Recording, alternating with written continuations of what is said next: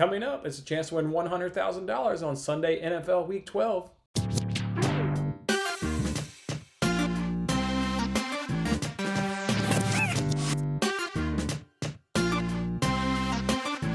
Hey, what's going on, everyone? It's Jason Mattis with Winning Bets. Thanks for hanging out with me on this episode. This one's one of our free contests, and it's over on the Fox Bet Super 6 app. They're giving away $100,000 if you can correctly predict NFL Week 12. If nobody can correctly predict NFL Week 12, they give away a guaranteed $5,000 to the group of people that can get the most points. The way you get points is you get 3 points if you can correctly predict the winner of the game. Then you get 2 points if you can correctly predict the win margin. If you guys have pulled up the app and already looked at it, they went back to their old win margin range. Remember how we talked about on one of these episodes a few weeks ago, how the windows and the ranges for the win margins got a little bit bigger as they were looking to give away that $1 million prize? Well, they've shrunk it right back down, so this game has certainly gotten harder. We'll see how long they keep that, because obviously they weren't giving away the $100,000. They only were able to do that once. But consistently, they weren't giving away the prize other than that one time. So then they expanded it, and they even bumped up the prize to $1 million. So we'll see if that can return, because that would obviously greatly help us. These margins, as they are right now, are just so small. It makes it really, really tough. 8 people won that $1 million prize last Sunday. Pretty amazing for those people. It's still life-changing money. You can still win $100,000, which that'll go a long way to changing your life for a good bit of time. All right, let's go ahead and look at it here. We've got these 6 games. The first one is the Panthers and the Vikings. Looks like right now Bridgewater is going to play and McCaffrey is going to be out for this Sunday's game. You've got the Panthers at 6-5 against the spread this year, and they're 4-1 on the road. You've got the Vikings 6-4 against the spread and 2-3 at home. I wanted to go ahead, though, and look up, because I've made a lot of money backing the Vikings coming off losses. I feel like they were a good team, so I wanted to look it up and just see if my memory was serving me correctly in terms of winning real money. Under Coach Zimmer, coming off a loss and playing at home, the Vikings are 18-4 against the spread, and as favorites, they're 12-4 against the spread. So a team that Coach Zimmer is able to really rally them up and get them motivated coming off a loss, especially at home.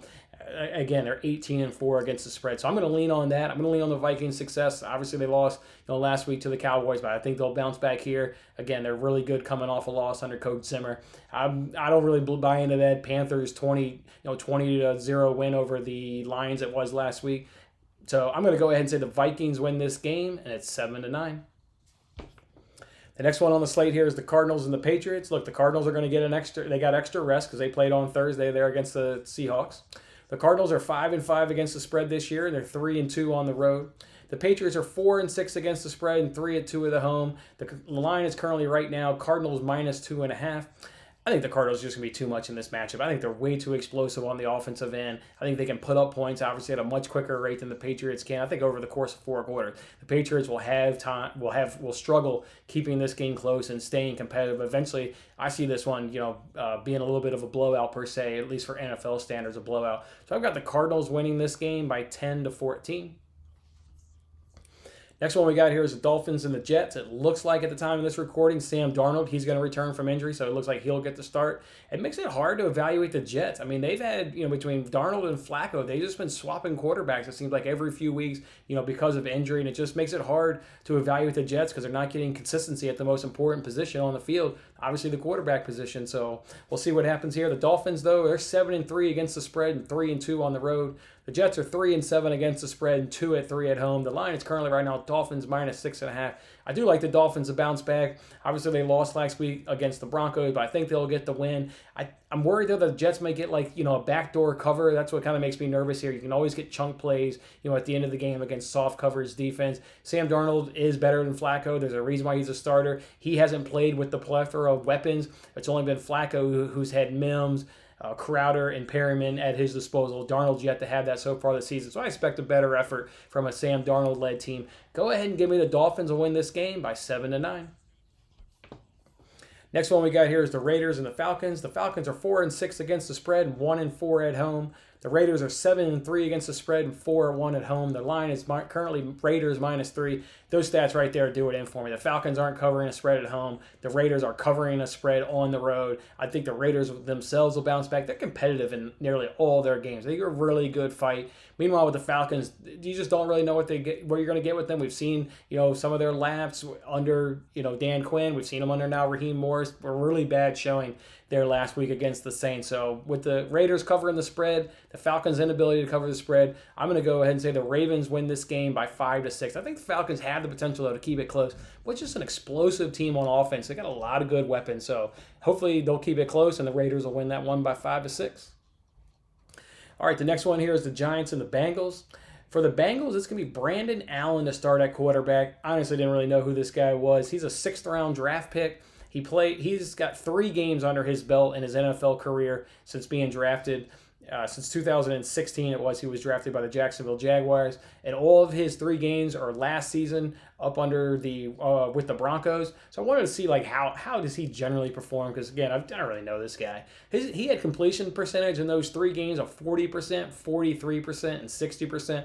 With the 60% being the first game. So then it looks like defenses, I'm not going to say they figured it out, but he went from 60% to in the 40s his next 2 opportunities. That is not going to get it done in the NFL. That is really, really bad. The Giants, though, they're coming off a bye. We know the Giants have a really strong defense. It looks like they're starting to figure it out under Daniel Jones. While he will make turnovers, it looks like Jason Garrett, though, is putting together some good game plans lately. Obviously, the division is very much up for grabs. The Giants are 7-3 against the spread and 5-0 on the road. Bengals are 6-4 against the spread, 3-1 at home, but obviously the big important factor there is a brand new quarterback, and it's going to be Brandon Allen. The line is currently Giants minus 5.5. I like the Giants in this spot, and I like them to win pretty big. I'm going to go ahead and lean on that Giants defense really to shut down Brandon Allen. I think the offense will obviously have their way more than enough over that Bengals defense. So go ahead and give me the Giants win the game by 10-14. And then the last game we got here is the Saints and the Broncos. The Broncos are 6-4 against the spread, 3-2 at home. The Saints check in at 5-5 against the spread and 2-2 on the road. The Saints are currently minus 6.5 right now, favorites. They looked good last week. I mean, Taysom Hill, we knew.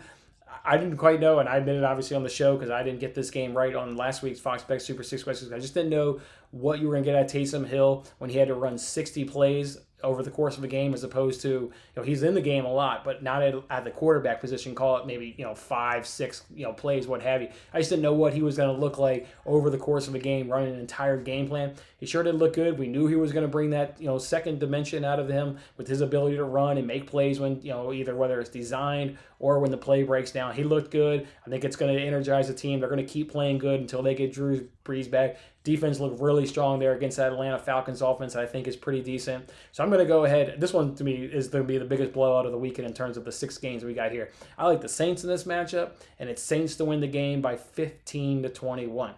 That's how I'm going to round out my chances to win $100,000 on a Fox Bet Super 6 app, NFL Week 12. Hopefully I've been a help to you. Go ahead and like this video. Drop in a comment. Let me know what you're thinking, how you're going to answer these questions. I'd love to read those comments and get you guys' opinions. It's a lot of fun interacting with you guys there. Otherwise, I wish you guys a lot of good luck as you compete for $100,000.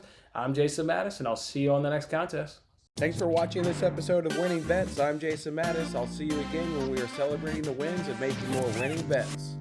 Don't forget to like, comment, share, and subscribe for more winning bets.